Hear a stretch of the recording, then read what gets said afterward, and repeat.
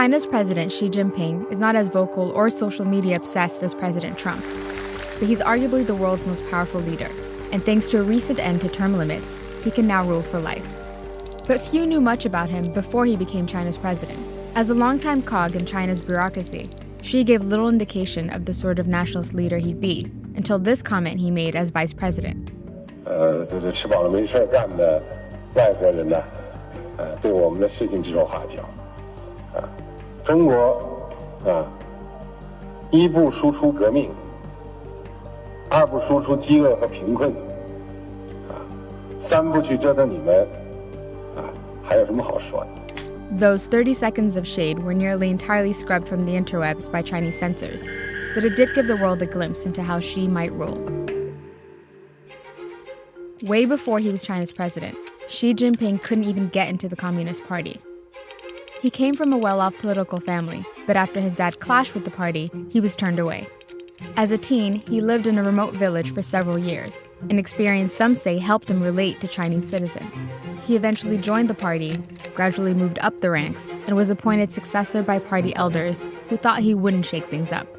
But that plan backfired. One of the signatures of his presidency has been a massive anti-corruption drive that punished nearly 300,000 politicians in 2016 alone.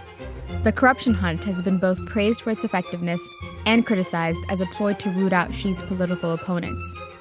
这其中没有什么权力斗争，没有什么纸牌屋。 Stoking Chinese nationalism has been a big part of Xi's agenda, also known as the Chinese Dream, a term he made popular in 2013.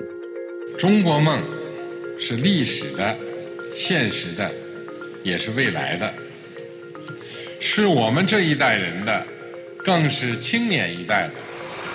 That means becoming a global leader on several fronts, including the sciences, diplomacy, and culture.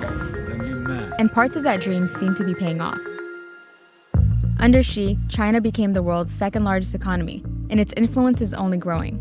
His let's all win rhetoric about trade is especially pronounced in China's partnerships with countries in Eurasia, Latin America, and Africa. 中国人民深知实现国家繁荣富强的艰辛，中国人民张开双臂，欢迎各国人民搭乘中国发展的快车、便车。 Our country is being killed on trade by China. On the campaign trail, Trump repeatedly blamed China for the U.S.'s economic decline. But he recently started giving Xi credit. I don't blame China. Who can blame a country for being able to take advantage of another country for the benefit of its citizens? I give China great credit. Still, China's heavy investments in Africa have been criticized as exploitative.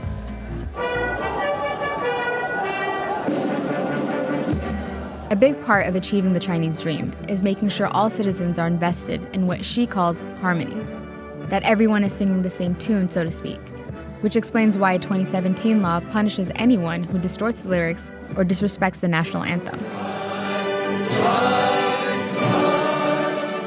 It's Xi's unifying philosophy that's allowed him to cement his status as the country's core leader, the highest honor for any Chinese ruler. He's built up a cult of personality, with appearances in his own propaganda cartoons and in mobile games. A recent popular game lets players compete over how fast they can clap for Xi. The app has registered over 1 billion claps. The government's online censors also carefully protect Xi's image. After news of lifting term limits hit, censors deleted critical social media comments and political memes of Winnie the Pooh, meant to represent Xi. China's government also uses state media to promote an image of unity. That's where the so-called 50 Cent Army comes in. They're the government's online foot soldiers who flood Chinese social media and forums with hundreds of millions of positive comments and stories a year. Chinese social media platforms make sure they don't ruffle any feathers. Weibo, China's version of Twitter, announced last September that it would hire 1,000 censorship supervisors. Shortly after, Freedom House named China the worst abuser of internet freedom for the second year in a row. The country's poor human rights record has been among one of the primary stains on its global image. Even so, everything seems to be in step with the vision Xi laid out last year at his party's 19th Congress. In that address, he laid out one of his most ambitious plans yet, transforming the armed forces.